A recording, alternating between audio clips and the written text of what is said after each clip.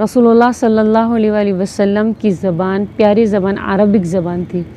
तो हमें अल्लाह ताला से अरबिक ज़बान में जितनी दुआ मांगेंगे ना, उतने ज़्यादा हम कनेक्टेड फ़ील करेंगे अल्लाह ताला से। तो जैसे हम दुआ उर्दू में मांग रहे हैं कि अल्लाह तू मुझे दुनिया और आखिरत में भले तब, तो हम अरबी में दुआ मांग लें।